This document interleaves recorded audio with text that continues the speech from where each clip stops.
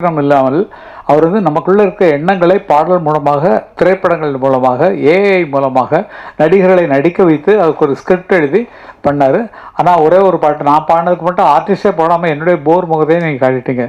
அதுக்கு ஒரு சிவாஜி படம் அம்மாவை பற்றி பாடினது, எம்ஜிஆர் பாடினது, அது எல்லாம் அம்மாவை பற்றி அம்மா என்று அழைக்காத ரஜினி பாடினது, நானாக நான் இல்லை தாயே கமல் பாடின ஷார்ட்ஸ் எல்லாம் போட்டிருந்தீங்கன்னா கூட நல்லா இருந்திருக்கும். ஏதோ என் முகத்தை பார்க்குறதுக்கு ரொம்ப நேரம் இதாக இருந்தது. நிஜமாவே இந்த சந்தர்ப்பம் எல்லாருக்கும் நல்லவர்களை தேடி தேடி போடுறார். நல்ல மியூசிஷியன் எங்கே இருக்காங்க அப்படிங்க, சதாவா ஆயோ சதா மாஸ்டர் கொடுக்கலாம் அப்படின்னு சொல்லி சதா கொடுக்குறது. கண்ணன் அவர்களாலும் இதெல்லாம் நடந்தது. ஆகவே கண்ணனுக்கு நன்றி சொல்லணும். நாங்கள்லாம் ஒன்றா தான் இருக்கோம், ஒரே குடும்பமாக தான் இருக்கோம். நாங்கள்லாம் ரொம்ப சந்தோஷமான விஷயம். அவர் வந்ததும் சரி, கிளாடி அவர்கள் அத்தனை பேரையும் உற்சாகப்படுத்தியும் சரி, இந்த இவங்கெல்லாம் தவசிலே அவர்களாம் வந்திருக்காங்கன்னு சொன்னால் அவங்களாம் வளர்வதற்கான ஒரு சந்தர்ப்பத்தை உலகம் முழுக்க நம்ம தமிழ்நாட்டில் மட்டும் இல்லை, அவர் அங்கேருந்து எல்லா யூரோப் கண்ட்ரிக்கு யூஎஸ்ஏ எல்லா இடத்துக்கும் அனுப்புகிறார் என்றாலும் அது இந்தியாவுக்கும் சேருது. உலக ரீதியாக நான் என்னுடைய எண்ணங்கள் வெளியே போய் சேரணுன்றதுக்காக அவர் பாடுபட்டு கொண்டிருக்கிறார். அப்படி என்றால் வெகு விரைவிலே எதிர்பார்க்கலாம் அவர் ஒரு திரைப்படம் எடுப்பார் அப்படிங்கிறது நிச்சயமான ஒன்று, கண்டிப்பான ஒன்று. அவருடைய முயற்சி, ஆரம்ப முயற்சிகள் தான் இது. அவரும் இசையமைப்பாளர், அவரும் இசையமைக்க தெரியும், பாட தெரியும், ட்ரம்ஸ் வாசிக்க தெரியும். எல்லாம் தனியாக வீட்டிலே ஒரு ஸ்டுடியோ வச்சிருக்கிறார். என்னுடைய இந்த வருஷம் அண்ணனுக்கு 50ஆவது வருஷம். அன்னக்கிளி வெளியாகி 76 வெளியாச்சு. அண்ணனுக்கு 50ஆவது வருஷம். நான் 77ஆம் வருஷம் தான் செந்தூர புகைங்கிற பாட்டு எழுதுனா. அதனால அடுத்த வருஷம் எனக்கு 50ஆவது வருஷம் திரைப்பட உலகத்தில். அதை நான் டென்மார்க்கில் கொண்டாடணும், நீங்கள் வரணும், கண்ணனோட சேர்ந்து எல்லாம் சேர்ந்து வரணும்னு. அதுக்கு இப்போவே நான் நன்றிகளை சொல்ல கடன்பட்டிருக்கிறேன். காரணம் இன்னைக்கு எனக்கு அதுக்கு அட்வான்ஸ் கொடுக்க போகிறார் அந்த நிகழ்ச்சிக்காக. இந்த நிகழ்ச்சிக்கு வந்ததுக்கு செட்டில் பண்ணிட்டாரு.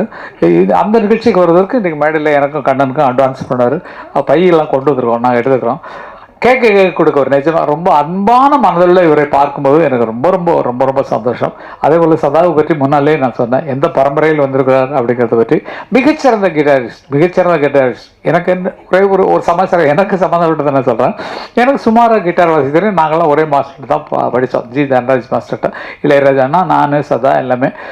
இவர் நல்ல பிஸியான ஒரு கிட்டாரிஸ்ட். அந்த டைமில் தேவராஜ் மாஸ்டர், தட்சாமூர்த்தி சுவாமிகள், அர்ஜுன் மாஸ்டர், அதே மாதிரி தெலுங்கில் ராஜன் நாகேந்திரா, ஜி.கே. வெங்கடேஷ், எல்லார்ட்டையுமே கிட்டார்ஸில் தான் சதா தான் கூடுவாங்க, போடுவார்.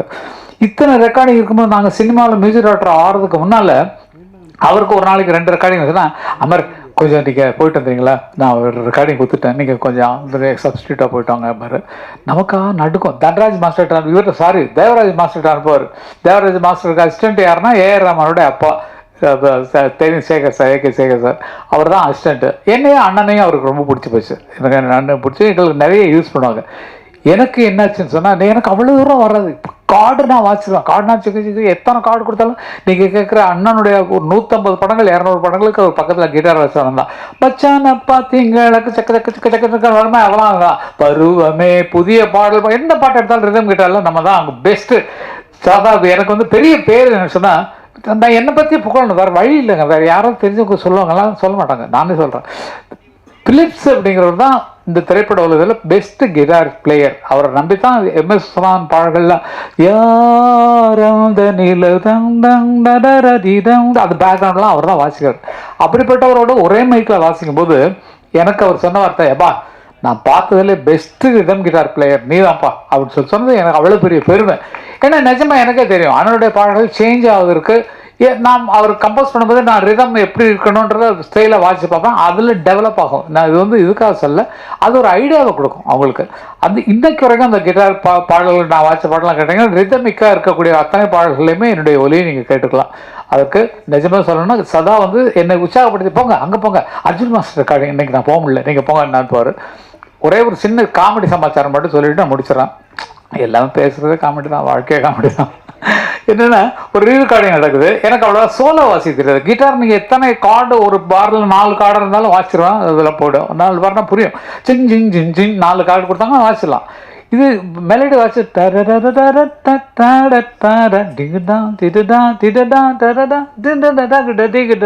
வாசிக்கணும். ஒரு சீனு அப்போ எல்லாம் மியூசிஷியன்ஸ் எப்படின்னா காலைல 7 மணிக்கு வந்தாங்கன்னா 1 மணி வரைக்கும் ஒரு கால் ஷீட்டு, 2 மணிக்கு வந்தாங்கன்னா 9 மணி வரைக்கும் ஒரு கால் ஷீட், 7 to 1 கால் ஷீட்டில் ஒரு ரெக்கார்டிங் எடுத்தாரு. ஏவிஎம் சாரி வாகினி ஸ்டுடியோவில் ஜி தேட்டரில், அதில் தான் எங்களுக்கு அன்னக்கிளி கடையும் நடந்தது. அதில் வந்து அவருன்னு தேவராஜ் மாஸ்டர்னா எல்லாம் பயப்படுவாங்க, ஏன்னா அங்கே சத்தமே இருக்காது. அண்ணன் மாதிரி தான், அண்ணா இப்படி ஸ்டுடியோவில் அமைதியாக இருக்காங்களோ அவர்கிட்டையும் அப்படி தான் இருப்பாங்க. அவர் என்ன பண்ணார், படத்தை பார்த்துட்டு ஏடா அமர் இந்த இடத்துல நீ சோலோ வாசிக்கோ அப்படின்ட்டார். சோலோன்னா நான் இஷ்டத்துக்கு நான் வாசிக்கணும், எனக்கு கொடுத்த நோட்ஸ் கொடுத்தா வாசிடுவேன். நமக்காக எல்லாரும் முன்னாடி எல்லாம் 8 மணி ஆகுது. அந்த ரீலில் முடிச்சா தான் கால் ஷீட் முடிச்சு அவங்க வீட்டுக்கு போகணும். எல்லாம் வேறு வேறு இடத்துல இருந்து மின்ட்லேருந்து வந்துப்பாங்க, இதுலேருந்து வந்துடுவோம், தூரத்துலேருந்து. நான் வாசிக்கிறேன் சரின்ட்டு நம்ம பயம். இந்த சீன் வந்து லாஸ்ட்டில் வருது. அப்போல்லாம் கண்டினியூ பண்ணால் யாராவது தப்பு வச்சாங்கன்னா மறுபடியும் ஃபர்ஸ்ட்லேருந்து வாசிக்கணும். ரீல் ரெக்கார்டிங்க ஃபுல் ரீலும் 10 நிமிஷம் ஓடக்கூடிய ரீலில் மறுபடியும் முதல்ல மியூசிக் எல்லோரும் வாசிக்கணும். எனக்கா கை நடுங்குது, என்னத்தை வாசிக்க போகிறோம் அப்படிங்கிறப்ப நானும் அங்கே போய் தனியாக ப்ராக்டிஸ் பண்ணி பார்க்குறேன். எல்லாம் ரெடியா அப்படி தான் கேட்பாரு. ரெடி மாஸ்டர் இன்னொன்று சரி ஓகே டேக் பண்ணலாமா? டேக் பண்ணலாம். சரி படம் ஓடுது, மற்றவங்களாம் கரெக்டாக வாசிக்கலாம். வயலின் போது அதான் துரு தூரு தூருன்னு அவர் வாசிச்சாரு, எல்லாம் முடிச்சு. இது என்னோடது 9வது நிமிஷத்துல என்னோட சீன் வருது. அந்த பொண்ணு மடியில் மாடி மேலே இருக்கா இல்லையா, அவள் கீழே வந்து அந்த லெட்டரை போஸ்ட்மேன் வெளியே நிற்பான். அந்த போஸ்ட்மேன்கிட்ட வந்து லெட்டர் வாங்குற வரைக்கும் நீ சோலோ இஷ்டத்துக்கு வாசிக்கோன்னு சொல்லிட்டாரு. நமக்கு ஒன்றும் தெரியாது. சரின்ட்டு எல்லாம் அவசரத்தில் இருக்காங்க. நான் வாசிக்க ஆரம்பிக்கிறேன். இப்படி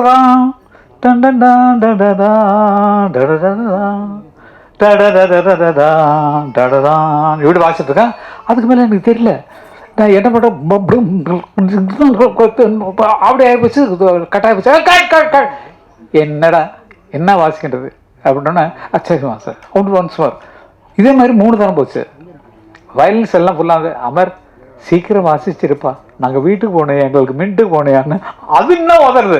அந்த மாதிரிலாம் அனுபவப்பட்டு வந்தவங்களுக்கு இதுக்காக சொல்கிறேன். இந்த மாதிரிலாம் கற்றுக்கிட்டு வந்தவங்க தான் பல பேர் திட்டு வாங்கியிருக்கோம், அடி வாங்கியிருக்கோம். நம்ம தட்சிணாமூர்த்தி சுவாமிகிட்ட வாசிக்கிறது பாக்கியமான விஷயங்கள். அவளோட விஷயங்கள் எனக்கு சதாகலாம் நடந்திருக்கு. அதெல்லாம் பெரிய தெய்வங்கள். அண்ணன்னா வந்து அவங்க குழந்தைங்க, எங்கள் குழந்தைங்கள்லாம் அவர்கிட்ட போய் சாப்பா கற்றுக்காமல் நாங்கள் அனுமதிக்கிறதே இல்லை. அவங்கள்ட்ட தான் போய் சா பாடணும். அந்த மாதிரி அப்படிப்பட்ட குருக்களோட வளர்ந்த பாக்கியமெல்லாம் எங்களுக்கு இருக்கிறது இந்த காலத்து குழந்தைகளுக்கு கிடைச்சிருக்கா இல்லைன்னு தெரியல. ஏன்னா காரணம் என்னென்னா ஃபுல் சாங்கு இந்த சாங்கு கண்டினியூஸாக பாடணும். அப்போது இப்போ நம்ம ஒரு லைன் எடுத்தோமா, நல்லா யோசிச்சு பாருங்க. அது எங்கே வாசிக்கிறோம், எல்லாம் ஃபீட் பண்ணிட்டோம். இனிமேல் ஏஐயில் கொடுத்தாச்சுன்னா ஏஐ போட்டு கொடுத்துரும். நம்ம காலரை தூக்கவே முடியாது. ஏஐ பண்ணி கொடுத்த பாட்டில் தான் நிறைய போயிட்டு இருக்குது. இல்லை எடுத்ததுலேயே வந்து பார்த்தீங்கன்னு சொன்னால் நிஜமாவே ஏஐ ஒர்க்கு நம்மளை வந்து கெடுத்திட்டு இருக்கு அப்படிங்கிறத நான் உறுதியாக சொல்கிறேன், நிஜமாக சொல்கிறேன். அதை நம்பி நம்ம வேலை செஞ்சோம்னு சொன்னால் பிற்காலத்தில் நமக்கு மூளை வேலை செய்யாது. ஒரு தீமை ஏஐயில் கொடுத்துட்டு நீங்கள் தரன்னா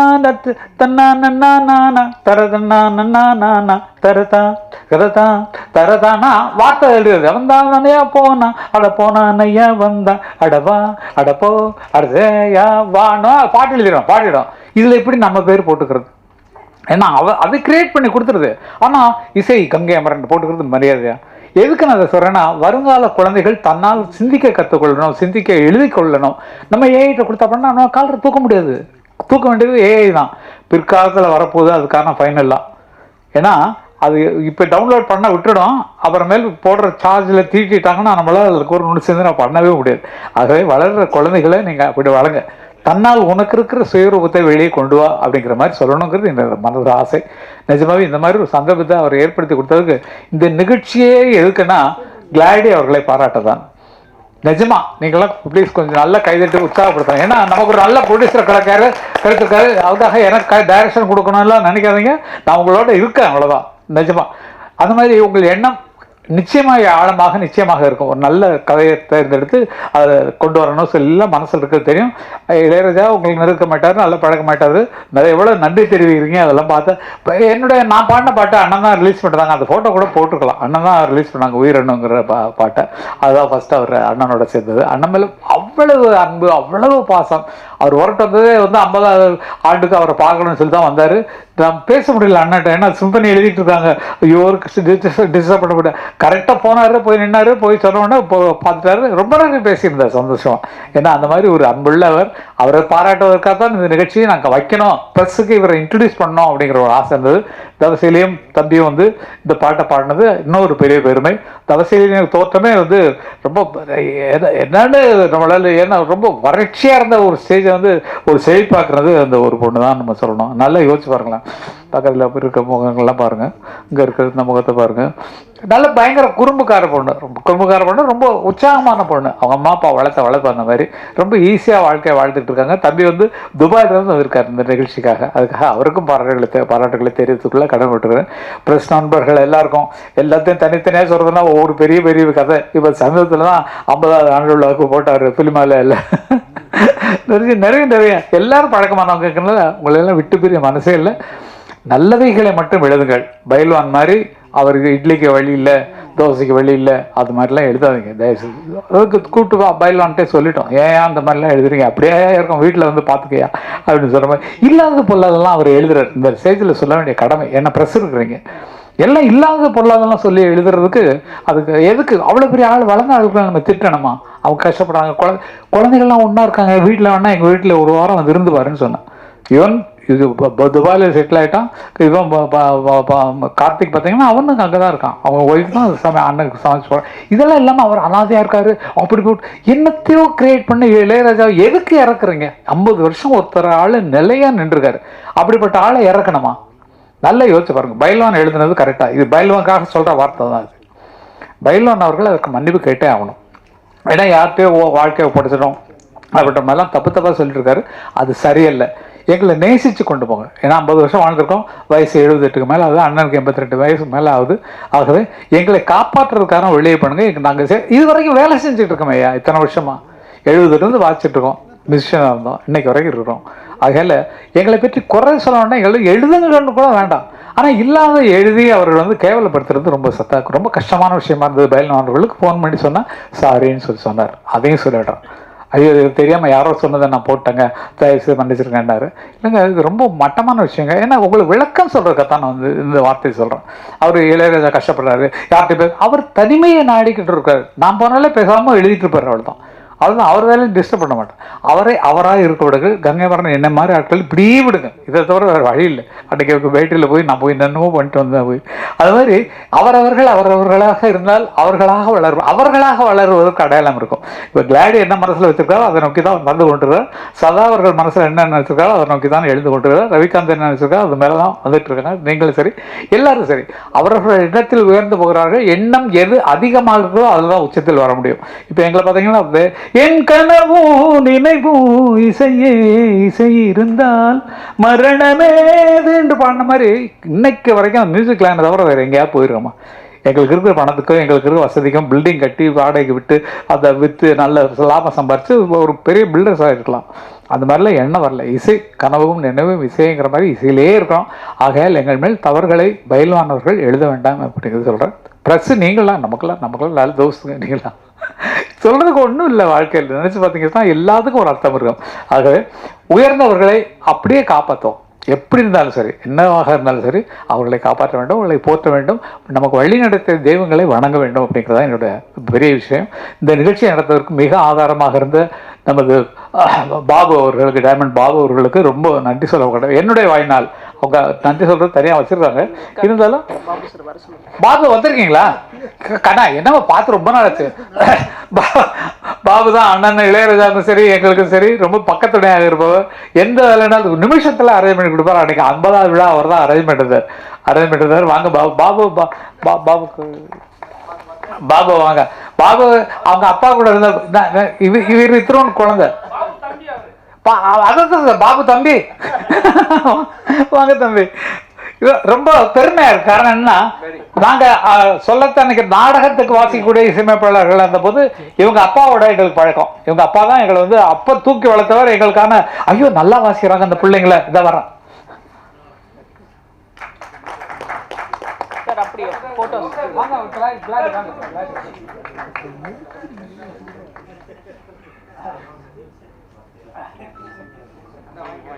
நாங்கள் அந்த காலத்தில் நாடகத்தில் வாசிக்கும் போது இவங்க வந்து ராயப்பேட்டையில் இருந்தாங்க. அப்படியெல்லாம் பாபுலாம் திருண்டு குழந்தை. அப்போ அவங்க வீட்டில் போய் சாப்பிட்றது எல்லா சரிப்பு பார்த்துருக்கோம்.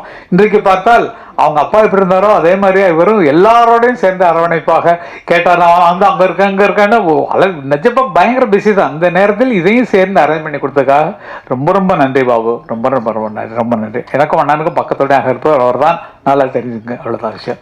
நன்றி கண்ணன், ரொம்ப நேரம் பேசிட்டேன். ஒரு வார்த்தைகள் அதோட யாரை பற்றி? சதா மைக் இருக்கு, சதா பேசலாம். அம்மா சதா வந்து நன்றி சொல்லாமல் எப்படி? அங்கேயே கொடுத்துருங்க, மைக்கு அங்கே கையில் கொடுத்துருங்க. நீங்கள் உட்காந்து பேசுங்க, கையில் கொடுங்க.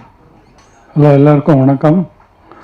இந்த சாங்கை வந்து எனக்கு ஆப்பர்ச்சுனிட்டி கொடுத்த லேடி ஜெயரிக் சாருக்கு ரொம்ப நன்றி. அதில் ரொம்ப ஹைலைட்டு கங்காபுரன் பாட்டு எழுதினது தான். நான் அவர்கிட்ட சொன்னேன், அவர் ஒரு சாங் கொடுத்துருக்கார் பாட்டு எழுதினேன்னு. அவர் எங்கேயோ காரில் போயின்னு இருக்காரு. நான் டியூன் போட்டேன், அப்படியே உடனே எழுதி ஒரு 10 நிமிஷத்துக்குள்ளே பாட்டு எழுதி எனக்கு கொடுத்துட்டார். இந்த சாங் இவ்வளோ சூப்பராக வந்துருக்கு. நீங்கள் பார்த்தீங்களா அந்த பாட்டு? அப்புறம் நான் இது இவ்வளோ தூரம் மியூசிக் பண்ணுறதுக்கு காரணம் இளையராஜா தான். அவர்கிட்ட ஒர்க் பண்ண எக்ஸ்பீரியன்ஸு. அவர் பார்த்தீங்கன்னா எனக்கு xylophone, vibraphone, electric guitar, acoustic guitar எல்லா இன்ஸ்ட்ருமெண்ட்டையும் என்கரேஜ் பண்ணியிருக்காரு. அவர்கிட்ட ஒர்க் பண்ண அந்த எக்ஸ்பீரியன்ஸ் இந்த ஜென்மம் இல்லை, எந்த ஜென்மத்தில் என்னால் மறக்க முடியாது. Ilaiyaraaja I love you.